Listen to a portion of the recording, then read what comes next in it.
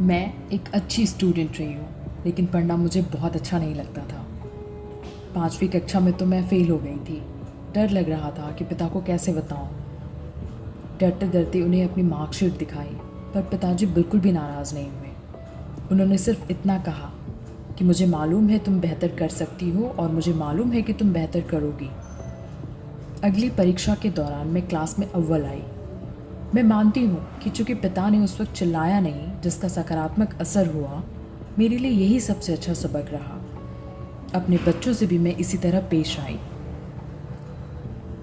मैं शिक्षक बनना चाहती थी। जब शादी के बाद पति का लंदन ट्रांसफ़र हुआ तो पढ़ने का अच्छा मौका मिला। लंदन में 3 साल रुकना था। ऐसे में मैंने वकालत की पढ़ाई करने का निर्णय लिया। हालांकि मेरी कानून में कोई रुचि नहीं थी, परिवार में भी कोई इस क्षेत्र में नहीं था।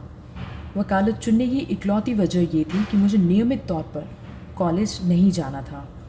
पर जब मैंने पढ़ाई शुरू की, तब माँ की कही एक बात जहन में बैठ गई कि जो भी काम करो उसे पूरे मन से करो, पूरी ताकत झोंक दो।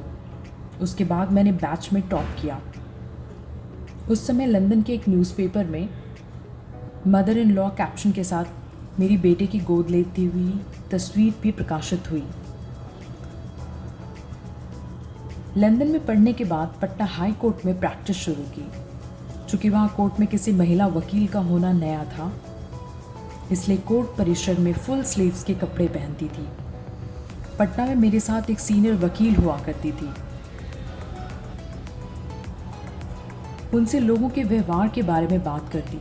दिल्ली में बतौर जज पदस्थापना हुई तो लोगों को मुझे स्वीकार करने में वक्त लगा। उन्हें लगता था कि महिला होने के नाते मेरा काम कुछ और है। इन सब चीज़ों पर मैं गुस्सा भी हो सकती थी, पर मैं सिर्फ काम करना चाहती थी।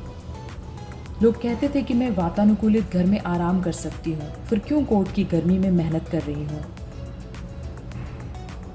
50-55 साल पहले महिलाओं के लिए अलग से कोई टॉयलेट भी नहीं हुआ करती थी, लेकिन चूंकि मुझे प्रैक्टिस करनी थी इसलिए कोई रास्ता नहीं था।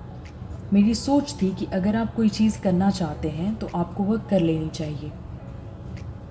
मेरी स्कूलिंग के दिनों में सिर्फ ब्रिटिश स्कूल थे। मैंने कॉन्वेंट से पढ़ाई की और सिर्फ अंग्रेजी सीखी। जब मैंने बिहार में प्रैक्टिस शुरू की तो बहुत सारे सबूत हिंदी में होते थे और कई तो स्थानीय भाषा में लिखी होती थी।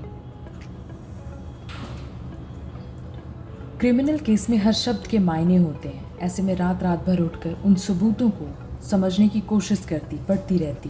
मुझे बाद में इसका पछतावा हुआ कि आखिर क्यों मेरे माता पिता ने हिंदी पढ़ने के लिए प्रेरित नहीं किया। जिंदगी में एक मोड़ पर लगा कि मेरा बेटा विक्रम अक्खड़ होता जा रहा है। ऐसे में उसे बोर्डिंग स्कूल भेजने के अलावा कोई विकल्प नहीं था। छुट्टियों के बीच वह घर आया हुआ था। घर में आए किसी गेस्ट ने जब उससे कहा कि तुम्हारी माँ बहुत इंटेलिजेंट है, तुम्हें इस पर गर्व होता होगा, विक्रम का जवाब था कि मुझे कोई फ़र्क नहीं पड़ता। वह कितनी इंटेलिजेंट है, जब मुझे उसकी ज़रूरत होती है वो मेरे पास नहीं होती। उस क्षण लगा कि मुझे नौकरी छोड़ देनी चाहिए। पर कुछ दिन बाद बेटे ने कहा कि शुक्र है माँ, आप काम करती हो, नहीं तो आप सिर्फ चूल्हे चौके की बात करती। मुझे लगता है कि ज़िंदगी इसी तरह चलती है।